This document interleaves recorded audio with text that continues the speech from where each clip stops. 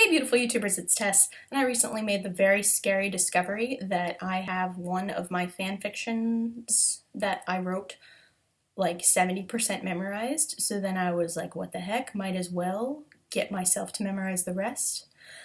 And let's just see how this goes. The weird thing is I can only do it in a British accent. I actually have to make extra effort to not do it in a British accent, and that's because the thing that reads, I have an app that reads to me, and that's probably why I have it memorized. That app speaks in a British accent, and I'm just used to hearing it in a British accent, so why not?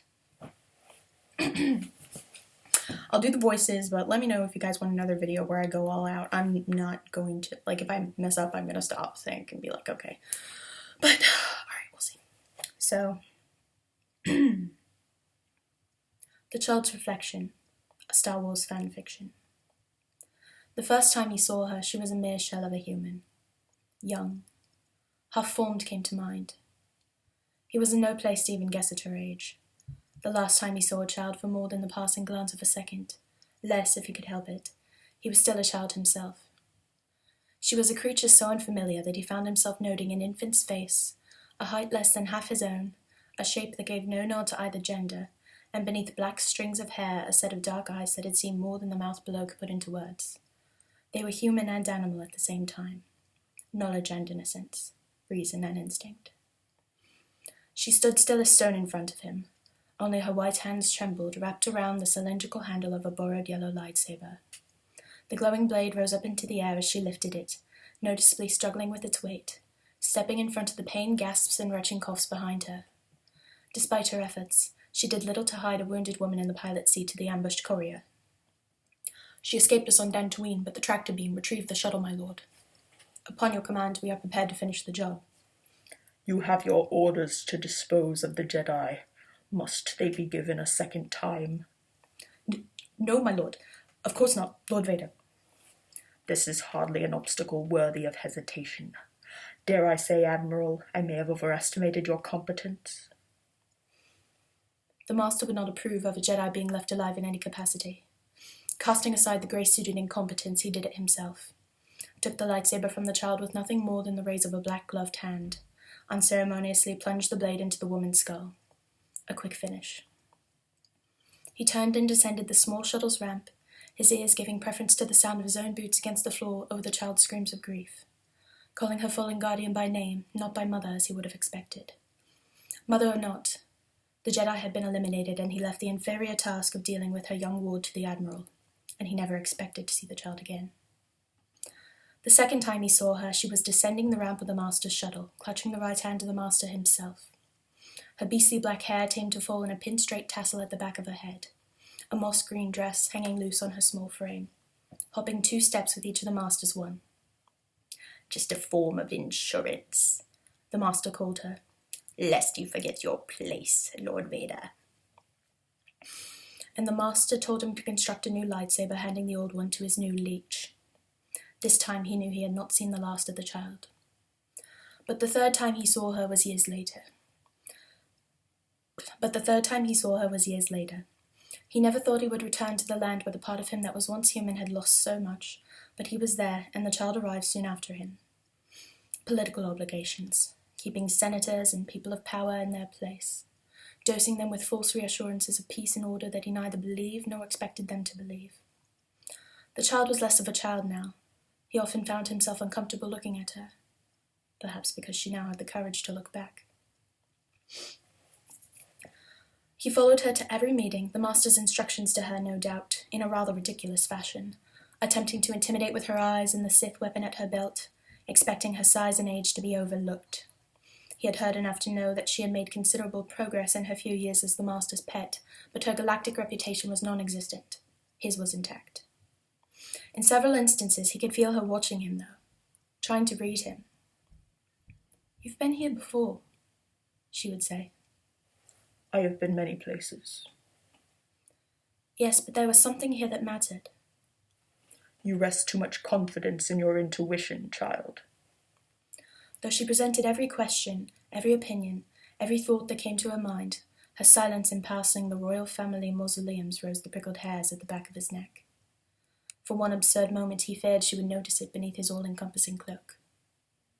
To his relief, though, the child kept her thoughts to herself during the meetings.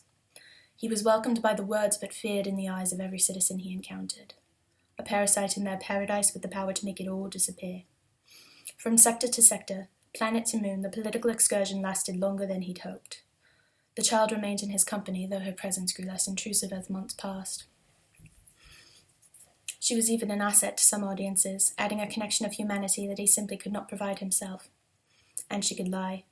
For their purposes, she became 12, 14, 15, 18, each time suiting an elaborate personality she played, gaining sympathy from the more peaceful governments while ensuring tact and resilience for the powerful ones.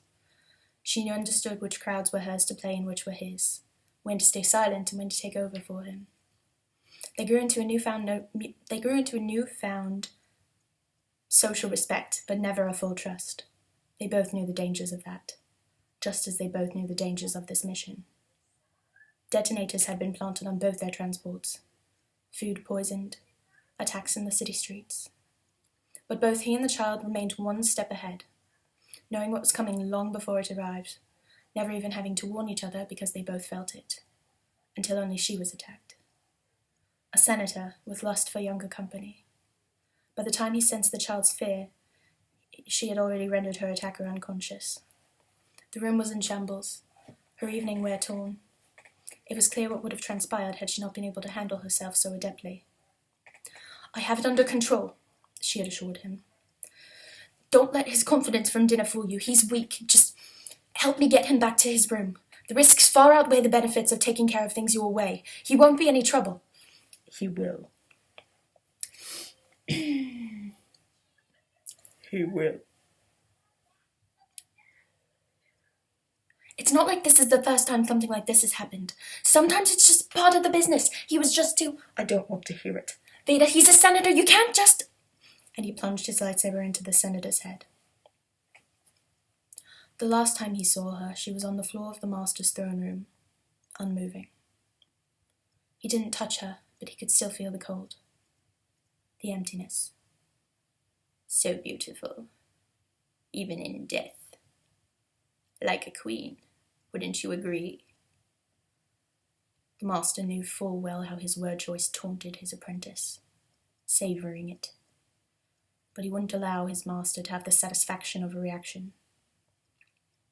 "Just a form of insurance, Lord Vader. You have forgotten your place. This is the consequence." "Of course, my master." "Now remove her." He lifted the small, limp body into his arms, her eyes slightly open, her lips parted without a breath. Her beastly black hair as monstrous as it was the day he met her. He carried her out of the throne room, his mind plagued with the last words he had exchanged with her. "Do you even realize what you've done?" the child spat. "My conscience is clear." "Conscience? You have no conscience. You didn't think. This is politics, Vader. You just ruin any chance of loyalty from the entire planet." She grabbed at her hair with exasperation, then brought her hands down to her anger-hot cheeks. She allowed herself a moment to breathe, then took one more glance back at the murdered senator. "God, did you have to do it like that?" Only then did he realize he had killed her guardian the same way, years ago. And only then did he feel remorse for it. The child noticed. "What are you looking for now?" he demanded. "An apology? I will not apologize for defending the Empire." "I know you won't."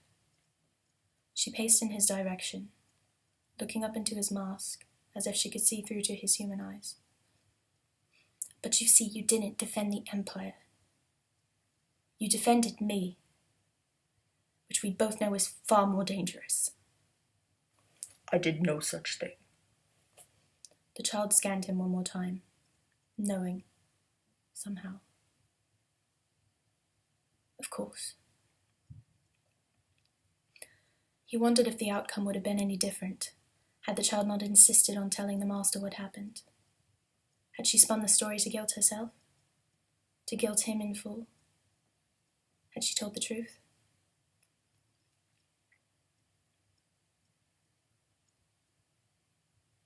He looked down at her body lying limp in his arms as if she could still provide him with an answer. He carried her to his personal shuttle and lay her in his chamber, swaddling her body in a white sheet, closing her eyes with 2 gloved fingers before covering her face. He set course for the nearest planet where he would fashion a funeral pyre. He had done the same with the woman from Tatooine. The Master once told him that he could stop people from dying. He believed it too. The Master let him believe it. Preyed on his vulnerability, his naivety, just like he had done to her.